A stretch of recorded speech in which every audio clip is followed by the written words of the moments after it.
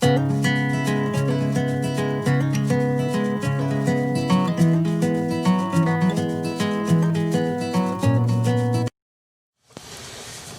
believe we're already in the top freaking 20, people. You're getting to the true best of the best moments of the 2010s, and some of these are definitely on my all-time list, so. Anyways, coming in at number 20, we have the Vegan Police from Scott Pilgrim vs. the World. Now, that's the person that I do love Scott Pilgrim. I freaking love involving Edgar Wright in general. The guy is a true master in his craft when it comes to films, and you definitely, of course, see Bear Driver on this list. But I pretty much love every film he has done, honestly. Bear Driver is my favorite, but it's definitely that I go back and forth right now, which list honestly. So Scott Pilgrim was definitely another rewatchable film. It's definitely a film I come back to many times, and it's interesting the fact that the game based on which I heard nothing but links about is getting a remaster on the Switch. So that's definitely another reason we can get us watching in the future. But in all seriousness, there are many scenes I could easily put on the list, but in the end I decided to go with the Vegan Police scene. Scene I've probably seen the most, honestly. Scene that has made me laugh, made me smile, and made me just, oh my god, Laura laughed the most. And not much because he Brandon Rather is shining as an actor, and Scott Pilgrim basically tricking him to drinking half and half, and the Vegan Police thing, like, Vegan Police in general thing was just pretty awesome. Right, Vegan Police! It's just, and strikes and all that, and then Be Gone, like, how can you not laugh at that? Like, again, so many great scenes in that movie, but this scene has always been a standout. Now coming in at number 19, we have the ending to Toy Story 3. Again, I probably really wanted to put this moment high on the list, honestly, but again, there were so many more great moments that, again, it was pretty hard. Again, this wasn't really easy as it is, so bear with me. But even so, this is one of those moments where it's really hard not to actually cry. And even despite having Toy Story 4, this ending it didn't honestly ruin anything, in which, again, what's probably one of the people worried about was Toy Story 4, if that was going to ruin the ending, and I think that's more as an epilogue than an actual conclusion.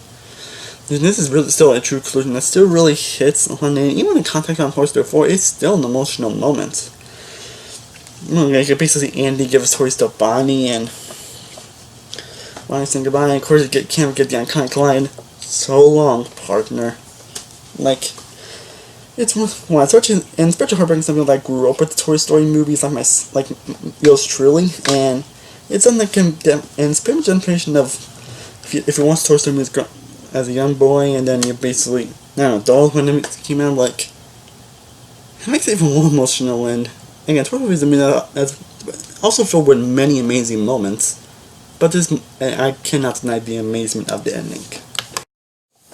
Now, coming in at number 18, we have the twist ending from The Gift. Yes, The Gift. Yeah, I'm sure like you guys remember The Gift was, or don't know what the movie was, but again, it was released in 2015, and it was released on Jason Bateman, Rebecca Hall, and Joel Edgerton. This was his directorial debut as well, and this really kind of had major directorial time. I mean, this movie he released after That Boy Erased wasn't exactly as good, but it was still a good movie. Don't want to probably not watch again, but The Gift I've seen countless times since it was released. I hang it on DVD, and it's a movie that gets better and better whenever you watch.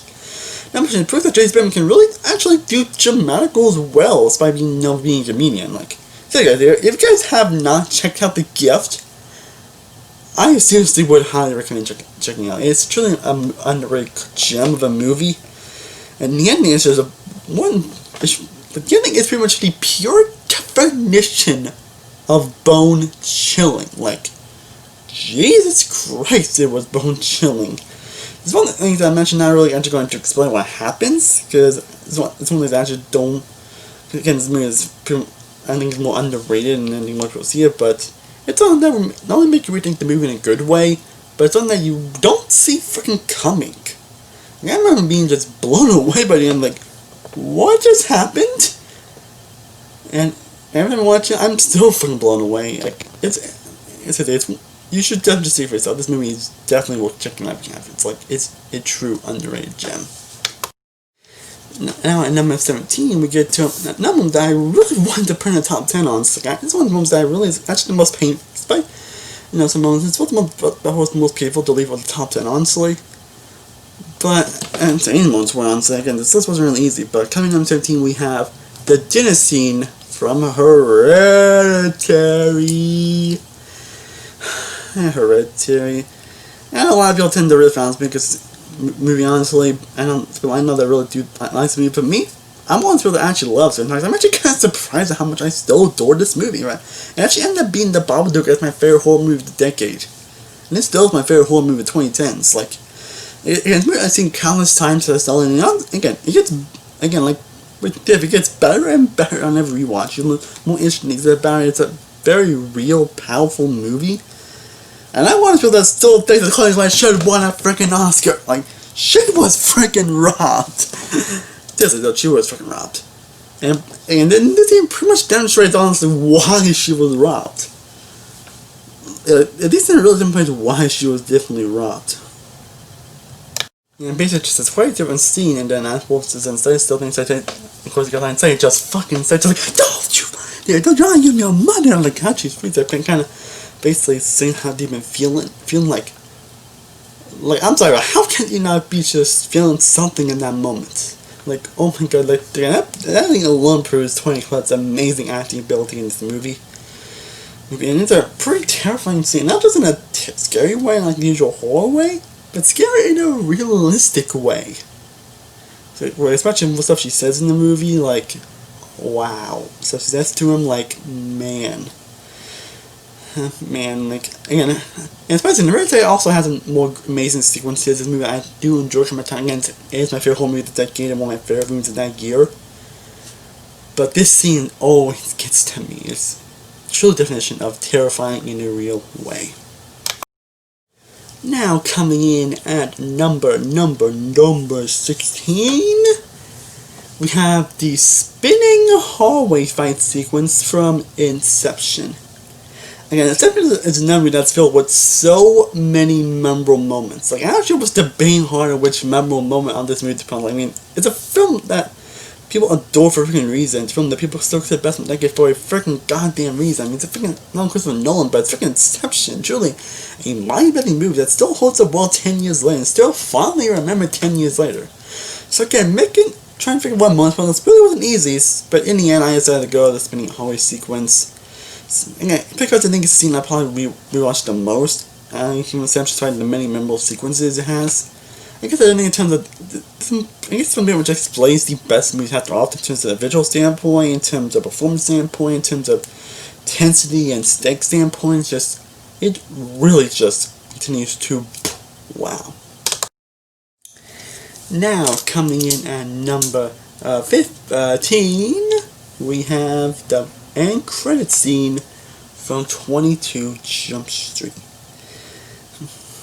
Yeah, I had to include this sequence on this list, and I had to put it in the top 20. 20 Jump Street, again, it's a real comic sequel that really isn't just, it's probably as good, if not better than the original. Like, I still kind of go back and forth when I like this more than 21 Jump Street, but 22 is still an amazing comic sequel. Again, it basically kind of rebuilding the first, but even in it, it's so aware of how much it's basically kind of like the same thing. And that makes it more layers, and not mention, it has some pretty touching moments and things that made the chemistry that Channing Tatum and Jonah Hill have. And that sequence is basically just like same old, but basically they kind of just do like a random sequel, like 23, 24, 25, 26, 8 Jump Street and all that stuff. Like, I think I said, like, they have that rodent and appearing and all that, having like a Jump Street video game and toy line and all that, just running through like random stuff, like, and it's like, oh, that's so real for a lot of franchises and a lot of comic franchises. Like, this is so on freaking points. Like I can't. This is really one of the funniest things I think I've ever seen on any film or entertainment. And I will always. And this is definitely one of the funniest things ever. And like, I can't imagine anybody not laughing at this. Honestly, it's just so freaking hysterical and also real for a lot of franchises as well. So. Yeah, it really delivers, and I had to put this sequence on this list. And now we get to another ending on list at number 14. That is the ending of Harry Potter and the Deathly Hallows Part 2. Again, a lot of you guys know I pretty much adore the Harry Potter franchise, and I actually do plan on doing a top 10 best moments list on this franchise very soon, so be on the lookout for that. And I'm not going to spoil whether there's endings are in number 1, honestly, but it definitely will be high up on the list, because it truly is a true definition of the perfect conclusion of a franchise.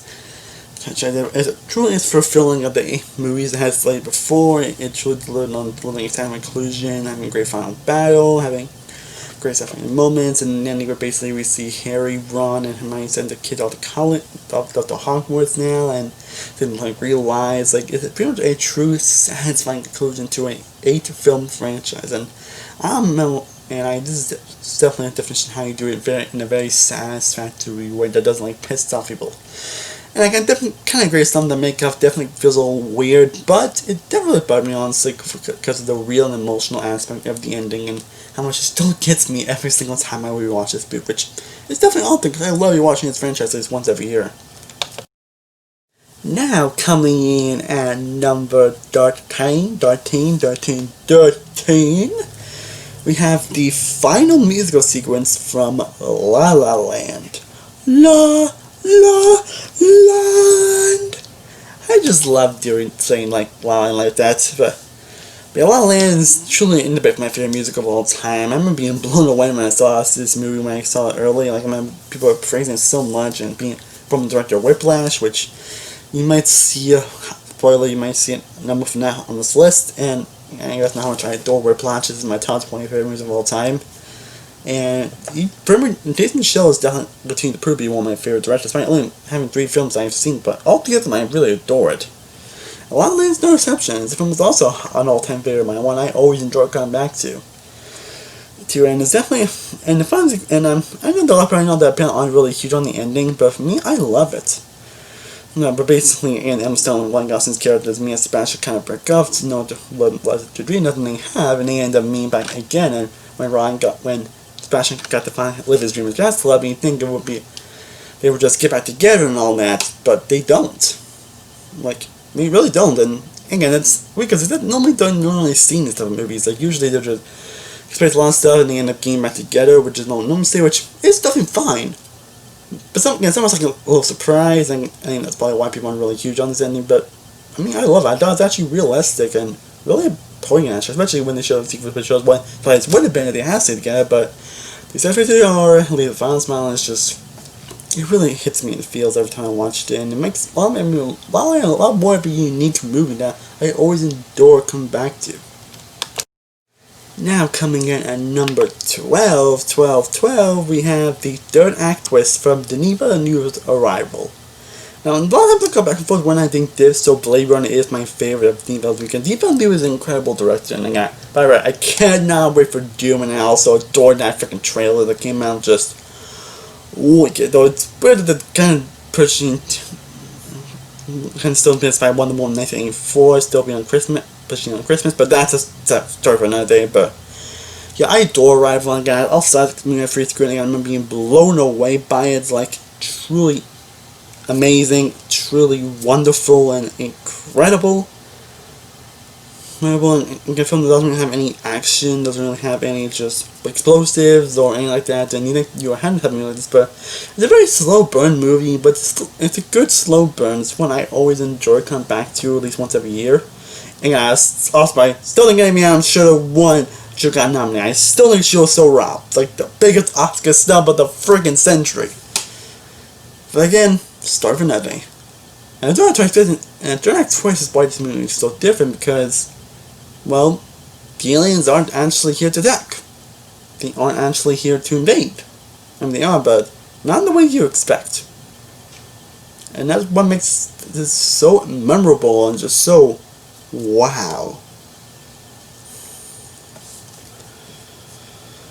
It's really tingling and chilling and just surprising. I remember being surprised by it when I first saw it. Oh, okay, so and telling I alone puts this moment at the highest is on this list. Again, Arrival has many incredible moments, honestly, more incredible, amazing sequences, but yeah. But yeah, this sequence is definitely the one I've seen the most, so it definitely belongs on this list. But now, before we get to number 11, the last month's list, let's discuss 10 more moments that I absolutely loved, but just did not quite make the top 10. Still amazing moments though, and those moments are the ending to the incredibly underrated Krisha, the car sequence with the car sequence with the song Heroes playing from The Perks of Being a Wildflower, the Ferris wheel scene from Love, Simon, the Weekend sequence from Uncut Gems, the Kelvin and Alexa fight scene from Waves, and no crazy movie you should check out, the final fight sequence from The Fighter, the final boxing fight from Creed, the dancing on the beach sequence from Moonrise Kingdom, the opening sequence from 1917, and lastly, the bathtub sequence from A Quiet Place. All incredible moments, they just did not quite make the list. Now, coming in at number 11, the moment that just unfortunately missed the true best of the best top 10, we have No from Rise of the Planet of the Apes.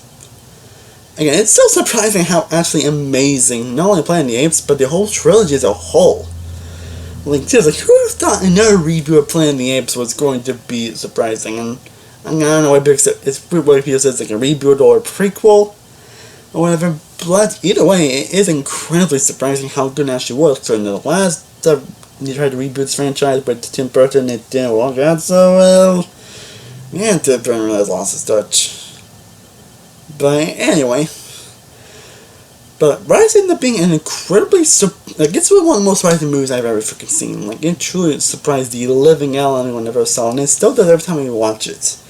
I thought it was just so gripping, emotional, and intense as it was. It makes it always so rewarding to come back to every.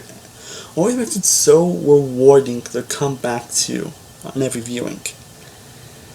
And this is definitely my favorite sequence in the movie.